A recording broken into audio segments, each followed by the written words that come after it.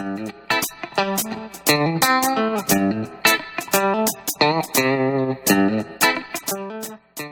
what's up YouTube? Pallab here from nothingwire.com. We have the new Samsung Galaxy A7 2016 version. I have the gold color and this is an Indian unit. We already did an unboxing and first look of this device. So I'm gonna go and just show you what's inside the box, and then we'll quickly move to the performance and other full review parts. MRP is written 36,000, but I think it was launched at 34,900. So let's go and open the box around here, and on top, as usual, you'll find the phone, and then once you go in, you'll find the quick start guide and the warranty card, your SIM opener tool, 2 ampere wall charger. This supports adaptive fast charging, and then micro USB 2.0 cable, and a very premium looking Samsung earphones.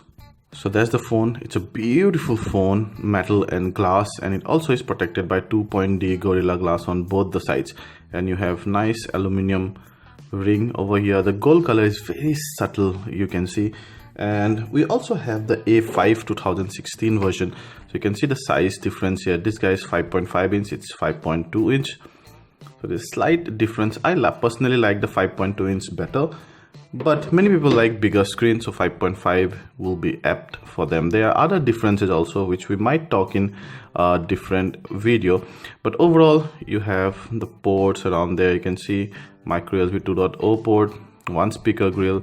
All these buttons are metal, give great tactile feedback, and also you have space for 1 SIM card and 1 micro SD card here, and then the second SIM card goes around here. Overall, a brilliant design, possibly one of the best looking phones now. There's a 5.5 inch display, full HD display. It's a super AMOLED display, so you're assured of a great viewing angle. There's no pixilation happening, the color saturation and hue are proper, and because it's an AMOLED screen, you get a very high contrast ratio. You can see the colors are kind of popping out, and there are also enough palette color differences. The blacks are amazingly dark. So overall, a first grade display. Now this guy is powered by Lollipop. Of course, we do not have any official update on when it might get Marshmallow. That's Android 6, if at all. You go to software info and you can see 5.1.1. We can also go to the storage, I suppose. Where's the storage? There you go. And then out of 16 GB, you have 10.15 GB available. Before you used to get less, but then the TouchWiz have trimmed down a lot and become much lighter than before. That's why you now get more free spaces comparatively, but the RAM usage stays almost similar, and that's in high. You can see out of 3 GB you have only about 50% of the RAM available. That's still on the higher side. I have seen phones where 75 to 80% of the RAM are free when you don't use anything. So that's a great RAM management. Not much here, mainly because the whole Samsung ecosystem, there are a lot of apps which keep on running on the background. You have the usual Google Android apps, some third-party apps like this Microsoft apps. You cannot uninstall those, you can turn them off, and then also you have some in-house tools and stuff.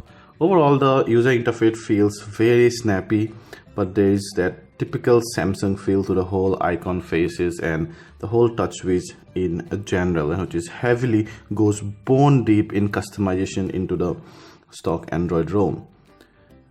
There you see, there's the camera UI. It does not have a wide angle sensor, so if you need to take full advantage of the resolution, you have to go to 4:3 aspect ratio.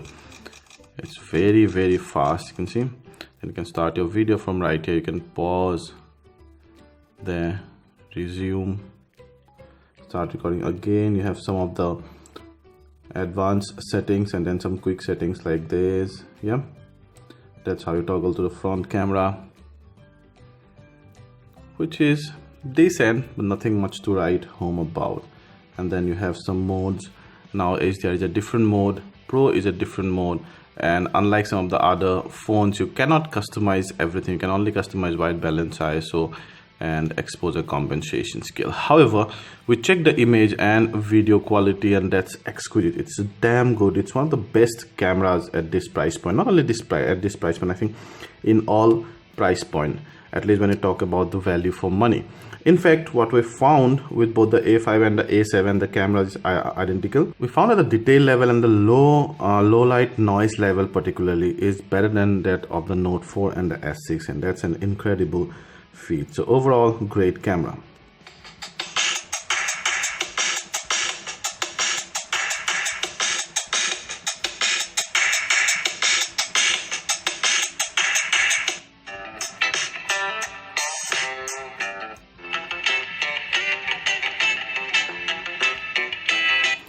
The speaker output is adequately loud. There is enough bass and treble as well, and it does not crackle even at the highest volume. So I like the speaker output here. The surround sound and 3D sound are also good, but make sure you don't cover your speaker whenever you're watching a movie or playing a video, because that's kind of totally blocks the sound. You see? Yeah.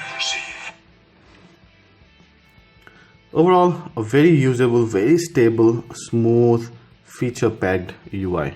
The battery gave us about 9 hours of battery life, which I would say is above average, very decent. We also did some benchmark testing and gameplay on this. It could play all of them perfectly right.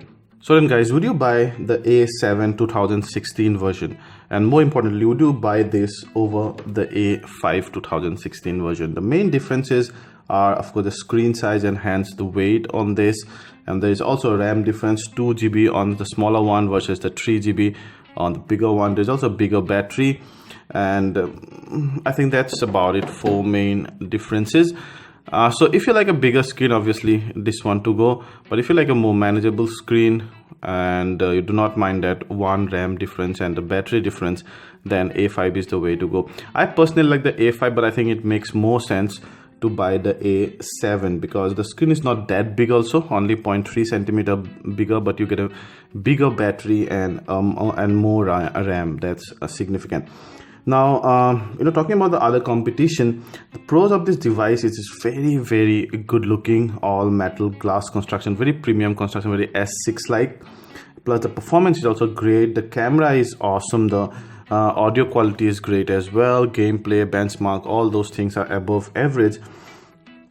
What I found is that still this device is slightly on the pricier side. At this price point, you get some of the flagship of other devices.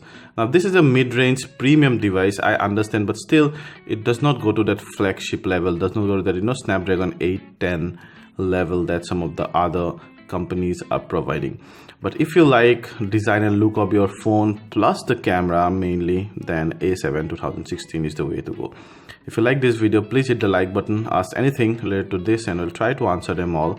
And please subscribe to our channel and share this video to share the love. Thank you.